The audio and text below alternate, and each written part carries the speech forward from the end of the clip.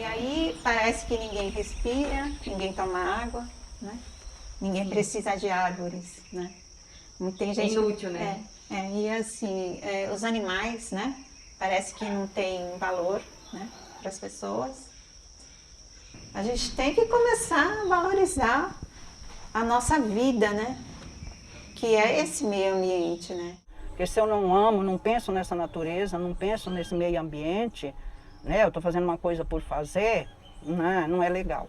Eu preciso cultivar em mim, ter esse amor pela natureza, né? Então a gente tem uma estrutura que visa só o consumo, né? E isso gera medo, gera escassez, gera euforia, histeria, né? Então a gente precisa se equilibrar.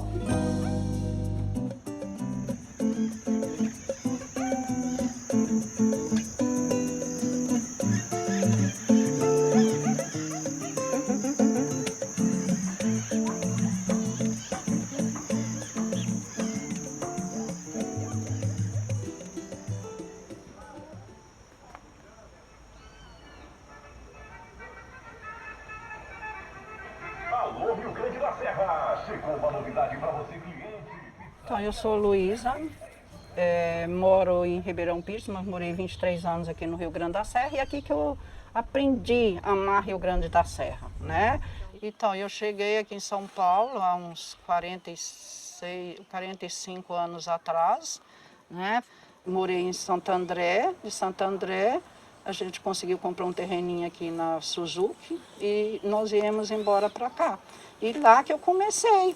Começou assim, com essa pobreza do Rio Grande, né? Naquela época era muito, 20, 30 anos atrás, era muito difícil, a gente encontrava crianças passando fome, vários tipos de situações muito complicadas. E foi assim, muito tempo, 25 anos na pastoral. Depois eu não tive mais condições de acompanhar a pastoral, foi onde nós fundamos essa associação que fica lá na estrada do Caracu, né?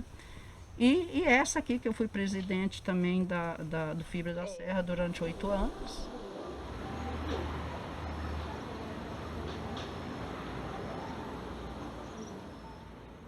Meu nome é Rafael, eu sou fundador, né, da Ibirá Organização e sou associado do Fibras da Serra, né, com muito carinho, né, e orgulho também.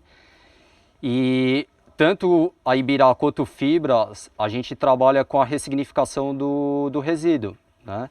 Do resíduo de poda, de vegetação.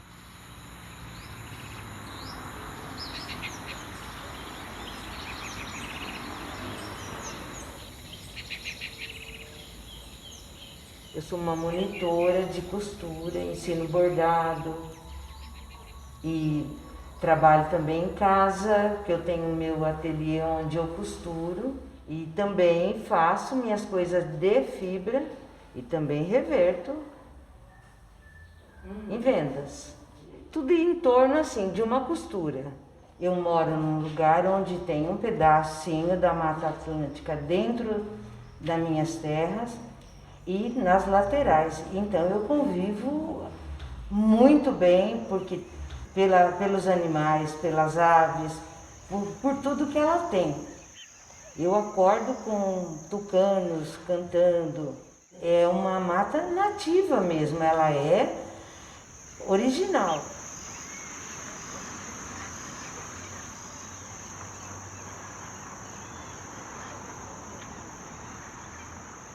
Eu sou Ana Lúcia Alcântara, eu sou administradora de empresas, né? Sou coordenadora de projetos aqui no ICA, eu sou ambientalista também. A gente sempre está atuando nessas questões ambientais aqui da cidade. Meu nome é Alex Rosa, eu sou guia de turismo, gestor socioambiental, né? E sou biólogo também. Eu sempre tive um pé lá na Zona Leste de São Paulo e outro aqui em Rio Grande da Serra. Estamos aqui, eu moro aqui em Rio Grande desde 2013.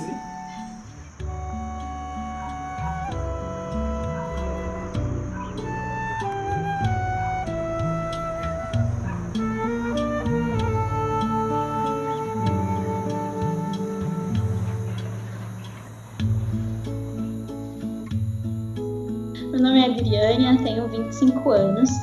Eu sou recém-formada em Arquitetura e Urbanismo pelo Centro Universitário Belas Artes e eu também sou formada em Design de Interiores.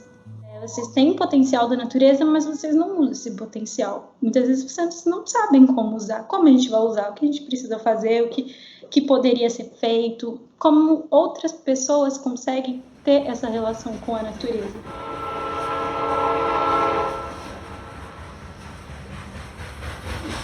O progresso foi associado com a destruição assim da natureza. E eu não sei o quanto é saudável viver em uma cidade grande, o quanto isso é saudável mentalmente, o quanto isso é saudável fisicamente, porque tem muito trânsito, o transporte público é sempre lotado, é difícil você acessar os lugares, é difícil você transitar entre os bairros. Então, as cidades maiores, você perde o contato com a natureza. E isso causa distúrbios, causa estresse.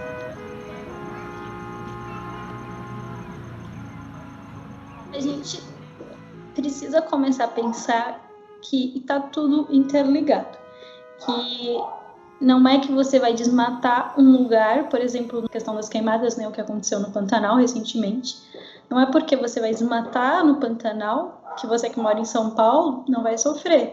Influencia tudo, influencia no processo de chuva, influencia nas altas temperaturas.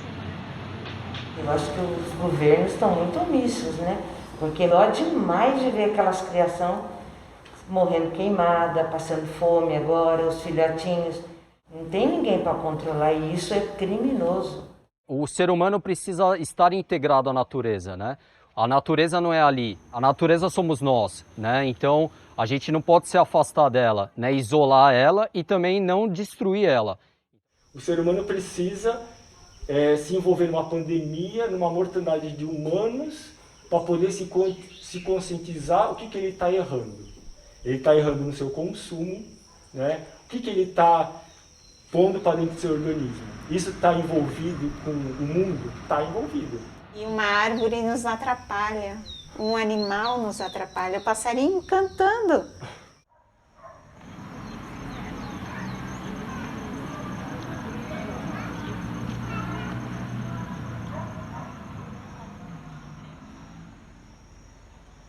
Nós que estamos aqui na cidade, temos que ver isso e dar valor para a nossa cidade, né? E a gente vê que isso não ocorre aqui. As pessoas não valorizam o que elas têm, acham que a cidade grande é melhor, né? Vamos fazer prédios, né? Só que a gente sabe que esse verde maravilhoso que a gente tem, em muitos lugares já não existem. As pessoas acham que a água brota da torneira, né? O que tem mais de valor é a riqueza de Rio Grande, é a água, né? A água que envolve tudo. Então, Rio Grande, né? Rio Grande. Então, sem a floresta, já não tem água, né? Então, o Rio Grande da Serra vai virar uma cidade urbana, se a gente não tomar conta, né? É um desastre tremendo. Então, o papel do urbanismo é também ver isso. O papel do arquiteto é ver isso. Só que isso é interligado com o governo. Não tem como, porque o governo precisa também garantir moradia para as pessoas. Exato. E a partir do momento que ele não garante, elas ocupam esses lugares, porque elas não têm onde morar. As pessoas estão fazendo o que eles podem, né? Sim. É sobreviver.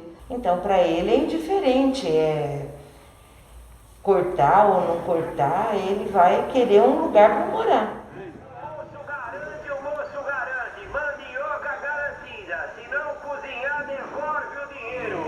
Bonitas mandioca amarela, direto da roça de Biritiba, Mirim, vem ver que beleza. Aquela busca, né? E vocês conhecem, você que é do Rio Grande da Serra, conhece a dificuldade do povo aqui, né? Não ter fábrica nem nada, né? Então eles têm que estar nessa busca, ou trabalhar fora, dona de casa que tem filho, tem criança, não pode estar saindo para trabalhar fora e vai fazer o artesanato para ajudar na complementação de uma renda familiar.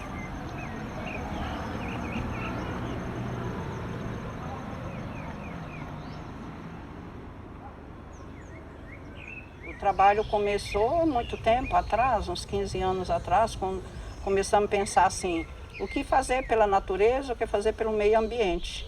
E veio essa ideia da bananeira, porque é nativa aqui da região, e da bananeira você tira o cacho da banana e o tronco é jogado fora, vai para o lixo. O lixo, ele é aquilo que você não quer usar, é aquilo que você desconhece, é aquilo que você ignora, né? E na verdade o resíduo, ele conta a história das pessoas, ele conta a história de uma sociedade, de uma civilização. Não é lixo e nem resíduo, né? É matéria-prima. Então, na verdade, resíduo é matéria-prima, né? Só que a gente não está tratando do resíduo, porque a gente sempre quer o novo. O vírus é um reflexo do nosso consumo. Então, na verdade, o que a gente fala na Ibirá e no Fibras é que a gente está falando de produtos que eduquem as pessoas e resgatam a ancestralidade delas. Então, a gente trabalha com essa matéria-prima, né, que é, né, essa é a relação, né, o que é resíduo, o que é matéria-prima, depende muito da perspectiva. Mas a gente reaproveita esse material, preservando a biodiversidade, e a gente transforma em utilidades. E por que não aproveitar esse tronco, sendo que dele se distrai tanta coisa riquíssima como é os trabalhos de artesanato? E as meninas, elas trabalham assim, com amor muito grande pela natureza, pelo meio ambiente. Saber que eu estou trabalhando com uma fibra de bananeira, né, que eu estou cuidando dessa natureza, né? Eu não estou mandando isso para o lixo, mas eu estou cuidando dela. Estou trabalhando com papel, mas eu estou cuidando também da natureza. Eu tenho que amar aquilo que eu faço.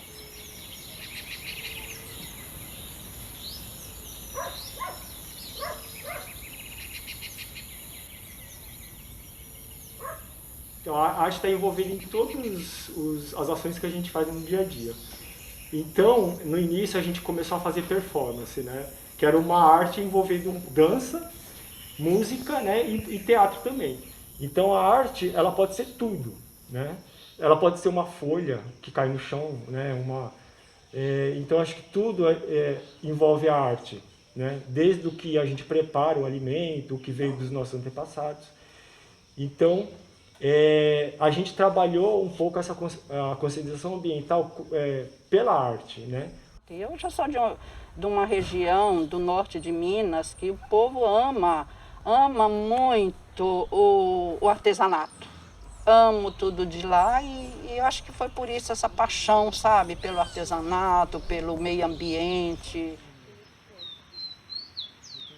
Então nós fomos numa reunião lá na Solve e de lá surgiu essa ideia, né? Como fazer para ter um trabalho, uma marca, né? Que seria do Rio Grande da Serra. A gente trabalha com resíduo orgânico, né? Com gestão e tratamento do resíduo orgânico e transforma em produtos, seja em utensílios, né? Como pratos, né? Orgânicos, né? Biodegradáveis, feitos de folhas caídas. Então a gente respeita o tempo da floresta, né? Como uma economia viva. E a gente transforma isso em potencial, né, e transforma isso em aprendizado, em educação, né, em renda, trabalho, renda, desenvolvimento socioambiental. Por exemplo, você pega uma fibra de bananeira, você vai lá, transforma ela num trabalho tão bonito, gente, é riquíssimo, é uma coisa maravilhosa, né? As meninas aí fazem trabalhos lindos, maravilhosos, com fibras, né, com o papel da bananeira, onde elas desenvolvem os trabalhos aí com tear, né, as bolsas, vários tipos de artesanato. Sai da bananeira que sai bastante coisa, sai um filezinho, sai uma barriga, sai uma renda, uma casca. Eu me interessei e gostei de uma parte para fazer tear.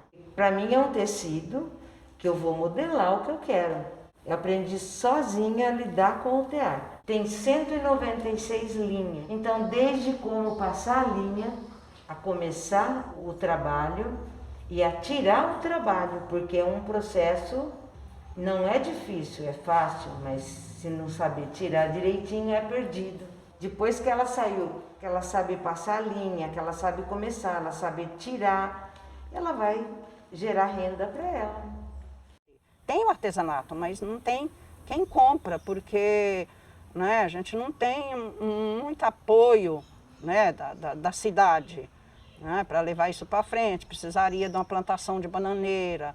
As bananeiras que foi plantado, cortaram, o prefeito mandou cortar, derrubou tudo, a gente ficou muito triste, porque era um grande bananal na cidade. De uma hora para outra eles foram lá e jogaram tudo para o chão, derrubou tudo e nós ficamos sem a bananeira. É difícil, né? Porque aqui tem gasto, aqui tem manutenção. E aí, quem paga? Nós não recebemos verba de ninguém. E a gente está aqui em torno para ajudar essa população, essa comunidade. É um grupo perseverante, que já passou por vários problemas, né? De falar assim, não vamos desistir por falta de apoio, sabe? Olha, aqui existe o Fibras, né? Para as pessoas procurar mais, porque você vê, é um lugar assim que ele não é muito central. Não fechou porque elas têm muita garra e não queremos que feche. Para dar certo, você tem que combinar trabalho, você tem que combinar lazer, você tem que combinar educação, você tem que ter toda essa infraestrutura. Se você tem só moradia, vira uma cidade de dormitório. A questão que a gente tem que pensar atualmente, não dá mais para pensar em um desenvolvimento que não seja sustentável. Nós aqui, como área de manancial, não podemos ter muitas empresas, né? Temos restrição. Então, o que a gente pode trabalhar? É o turismo, né? É o nosso verde, é a nossa água. Muita gente quer ver isso. Na nossa região, tem lugares para fazer passeio, que ninguém precisa mexer em uma folha. Eu penso assim no turismo, mas um turismo consciente, onde tem cachoeiras, tem lugares para andar as pessoas andam de jipe, para passar na lama. Então é um lugar que dá turismo. Por que não incentivar o artesanato na borda do rio? Isso vai até empoderar, né, o nome da cidade, a característica da cidade. Então, eu acho que está muito interligado o rio com o artesanato, com a história mesmo do lugar, né? Então, usar os materiais locais faz parte da sua identidade, faz parte da sua cultura. E a partir dele, você criando arte, você consegue difundir, né, para o mundo, você consegue gerar um pensamento. Então, não dá para existir o turismo sem a educação ambiental. Não dá para simplesmente levar as pessoas sem elas terem a consciência. A gente tem todo um planejamento de turismo ecológico que pode existir, né? E que pode simplesmente virar a renda da região. A gente está respeitando esses saberes tradicionais e regionais. Então, eu acho que o intuito é isso, a gente valorizar a nossa cultura, a nossa identidade, preservando o quê? O meio ambiente. Então, a gente quer que o ser humano se beneficie disso, né? A comunidade, a gente está falando de ecologia. Então, a gente precisa que nesse benefício do ser humano, que o ecossistema também se beneficie. Então, a gente precisa se integrar ela de forma econômica, de forma espiritual, né? E entender como a gente pode se apropriar disso, né? De uma forma equilibrada. Então, precisa de muito apoio para conseguir. Nós estamos lutando, é uma luta. A intenção da gente é ser positivo para estar gerando renda para a comunidade. É para gerar renda, a gente luta para isso. É uma coisa muito, muito, muito importante para o município. Então a gente precisa começar a ter uma narrativa mais ecológica. E não só a narrativa, né? Porque a ecologia ela é ação, né? Então não é esperar, é agir. E é isso que a gente tem que preservar, a gente tem que lutar para isso. Porque se a gente não lutar para isso, a gente vai ser, né, a gente é dizimado, né? Como humanidade, como civilização mesmo, né? E eu acho que a gente tem que aproveitar para se unir. É a gente perceber que a diversidade é algo que a natureza nos ensina para que a gente cresça, né? Então é através da biodiversidade que a gente vai crescer.